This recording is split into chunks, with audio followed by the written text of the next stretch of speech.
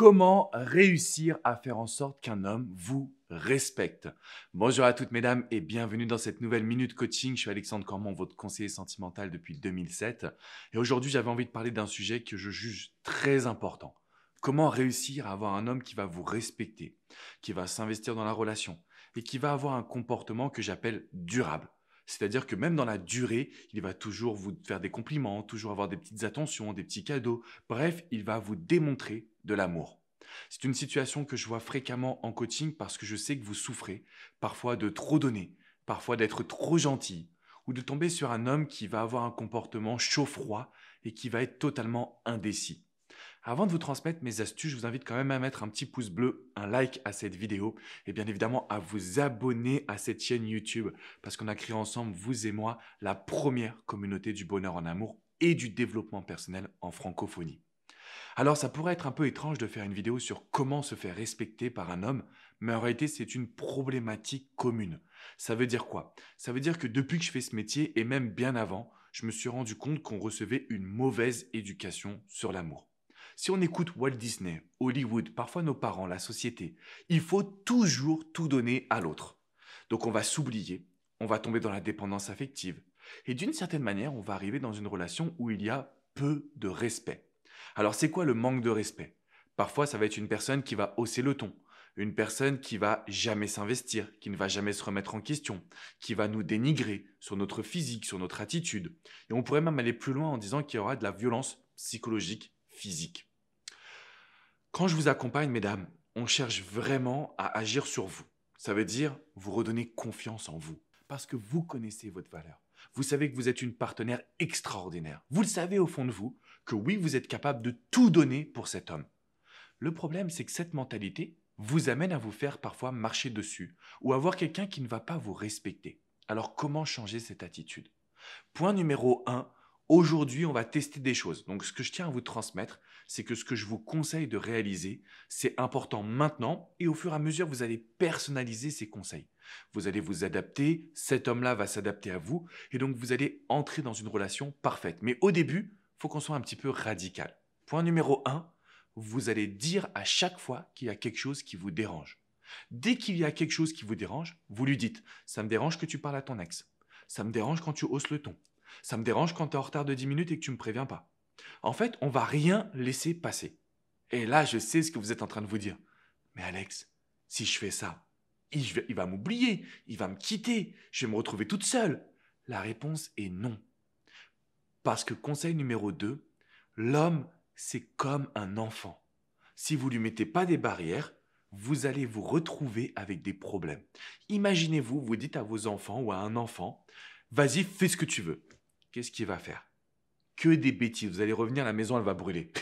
Donc, qu'est-ce qu'on essaye de faire? On essaye de mettre des règles, bien sûr dans la bienveillance. C'est pareil avec les hommes. Vous allez mettre des barrières tout simplement parce qu'il en a besoin. Si vous voulez vous faire respecter, il faut que vous puissiez définir un cadre. Donc le premier conseil, on va toujours dire ce qu'on pense quand il y a quelque chose qui ne va pas. Deuxième conseil, on n'hésite pas à mettre des barrières, un cadre, pour lui montrer qu'il ne peut pas faire ce qu'il veut. Et le troisième conseil, si vous voulez aujourd'hui qu'un homme vous respecte, il faut qu'il sente que vous ayez une vie, une confiance et un charisme. Alors avoir une vie, c'est donc avec vos amis, votre famille, votre boulot. Ensuite, la confiance, c'est le fait que vous sachiez ce que vous valez. Si vous êtes toujours en demande d'approbation, est-ce que tu m'aimes? Est-ce que tu penses que je suis une bonne partenaire? Est-ce que tu es heureux avec moi? En fait, vous lui donnez les pleins pouvoirs pour qu'à un moment donné, il pense qu'il puisse faire ce qu'il veut.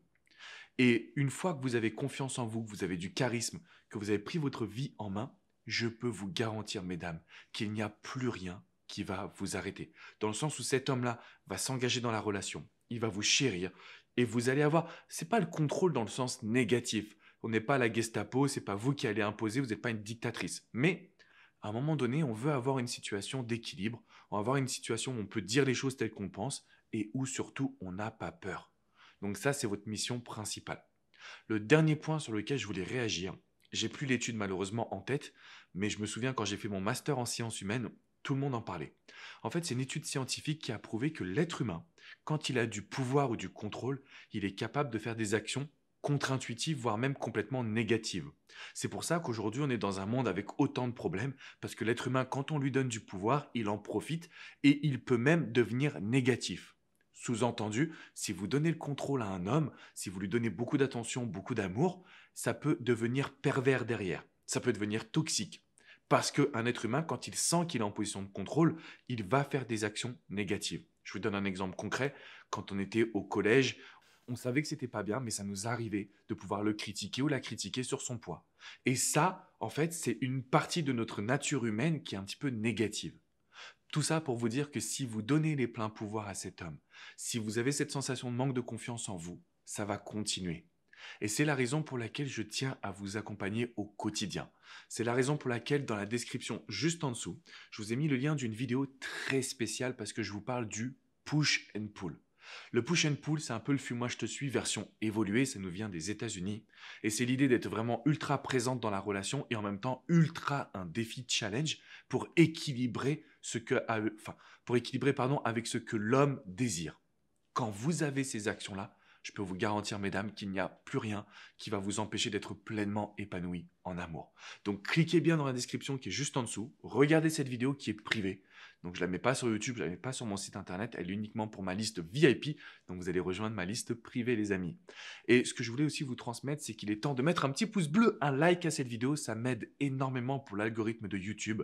J'ai envie de faire grossir cette chaîne pour pouvoir vous transmettre une éducation sur l'amour, sur le développement personnel, sur le fait que vous méritez le bonheur. Donc, on met un petit pouce bleu, on s'abonne juste en dessous, mesdames, je compte sur vous. Et bien évidemment, rendez-vous sur mon site alexandrecormon.com. Déjà parce qu'il y a des centaines d'articles qui ont été écrits sur les relations sentimentales. Et surtout parce que vous pouvez réserver une séance de coaching privée, personnalisée, que ce soit avec coach Jenny, coach Vladimir, coach Hugo ou avec moi-même. C'est simple, on est là au quotidien. Au quotidien, on est sur le terrain. Donc tout ce que je vous apporte comme réflexion et comme vidéo, c'est pas issu de mon chapeau, de mon esprit, c'est issu du terrain. Parce que je vous vois souffrir, parce que je vous vois être incapable de poser des barrières en vous disant mais si je fais ça, je vais le perdre.